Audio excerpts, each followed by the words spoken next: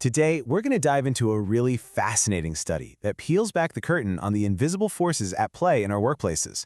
It's all about what makes an office feel toxic versus what helps it truly thrive. And trust me, the answers might just surprise you. So let's get right into it. So let's start with the big question. What actually makes a workplace great? Is it the free snacks? A bigger paycheck? Yeah, those things are nice for sure, but this research, it suggests the real answer is something much, much deeper. It's all about the daily, often unnoticed behaviors of the people you work with day in and day out. You see, at the heart of it all is this constant tug-of-war. On one side of the rope, you have actions that are literally pulling the organization down. Researchers call this workplace deviance. And on the other side, you've got the actions that lift everyone up, which is known as organizational citizenship. And this battle, it's happening every single day in every single team. So let's start by grabbing a hold of the problem side of that rope. Because if we really want to understand how to build an amazing workplace, we first have to get real about the common behaviors that are actively working to tear it down. So here's the official definition, but the one word you really got to focus on here is voluntary. This is not about someone making an honest mistake or having an off day. Nope. Workplace deviance is about the intentional choice to go against the rules in a way that hurts the company, or maybe even more importantly, the people in it. And this isn't just one single thing. The study actually breaks it down into 4 different types. First, you've got production deviance. Stuff like purposely working slow or taking crazy long breaks. Then there's property deviance. That could be something as small as stealing office supplies or as big as misusing company money. Then you get political deviance. Think gossip, spreading rumors to get an edge. And finally, the ugliest one, personal aggression. We're talking about straight-up bullying and harassment.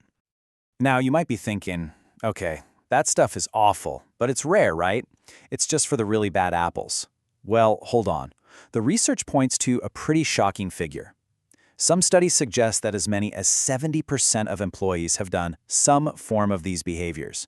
It is way more common than any of us want to admit, and it's often a cry for help in a high-pressure or poorly led environment. And the cost? Man, it isn't just about stolen supplies or a little lost time. The real damage is to the people. These actions create fear, they create anxiety, and they create this constantly tense environment where nobody can relax. It just completely kills morale and makes it impossible for good people to do their best work. All right, that's enough for the doom and gloom. Let's let go of that end of the rope and shift our focus to the other side of that tug-of-war. Let's talk about the ideal and the power of what the research calls good soldiers. This is something called organizational citizenship behavior, or OCB for short.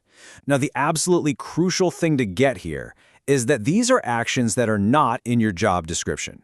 These are the voluntary, above and beyond things that people do simply because they care. It's got this great nickname, the good soldier syndrome. Doing what's best for the whole group, not just for yourself. And OCB breaks down into 5 key areas. First up, you've got altruism. That's just willingly helping a coworker who is totally swamped. Then there's courtesy, like giving your colleagues a heads up about a change that's going to affect them. There's also sportsmanship, which is huge. It's about handling the small, annoying stuff without blowing it up into a big drama. Fourth is conscientiousness. That's going above and beyond, doing the job right, even when nobody's looking. And finally, civic virtue, which is about actually showing up and participating in the life of the company, even when you don't have to. And this quote from the researchers, it just nails it. It really gets to the core of why OCB is so important. It's not just about being nice. As they put it, these actions are the oil that keeps the entire machine of the organization running smoothly. Without that oil, everything just grinds to a painful halt. Okay, so we've got this constant battle raging between deviance and citizenship. The big question is, how do we make sure the good side wins? Well, this study points to 2 really powerful solutions. And the first one is all about a very specific type of leadership. It's called servant leadership. And you know what? The name kind of says it all.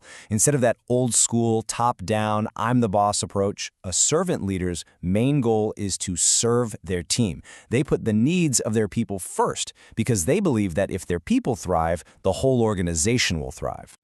So, how does this actually work? Well, the study shows that servant leadership acts as a mediator, kind of like a bridge. Think of it like this. On one side of a river, you've got all these deviant behaviors poisoning the well. But then a servant leader steps in by showing real empathy, by supporting their people, By empowering them, they actively filter out that negativity. They don't just ignore the problem, their actions literally weaken its impact and create a safe space where trust and all those positive behaviors like OCB can finally start to grow. Now for the second solution, and this one is much more personal. It turns out an individual's own inner state can act like a powerful shield, even when everything around them is totally negative. The study calls this workplace spirituality. Now hold on, because this isn't about religion. Let's be really clear on that. It's about an individual's deep sense of purpose and meaning in what they do for a living. It's that feeling that your work actually matters, that it's more than just a paycheck, and that you belong to something bigger than yourself. So what happens when you're stuck in a pretty toxic place, but you still have that strong inner sense of purpose? I mean, how on earth do you stay positive when there's negativity swirling all around you? Well, this is where the research brings in this incredible idea of a personal shield. And there's a great analogy for this. Imagine all that workplace deviance, the gossip, the backstabbing, the negativity. Imagine it's like a constant, stressful, miserable downpour of rain. Well, an employee's sense of purpose, their workplace spirituality, it acts like a personal umbrella. Now, it doesn't stop the rain from falling, right? But it shields them from getting totally soaked.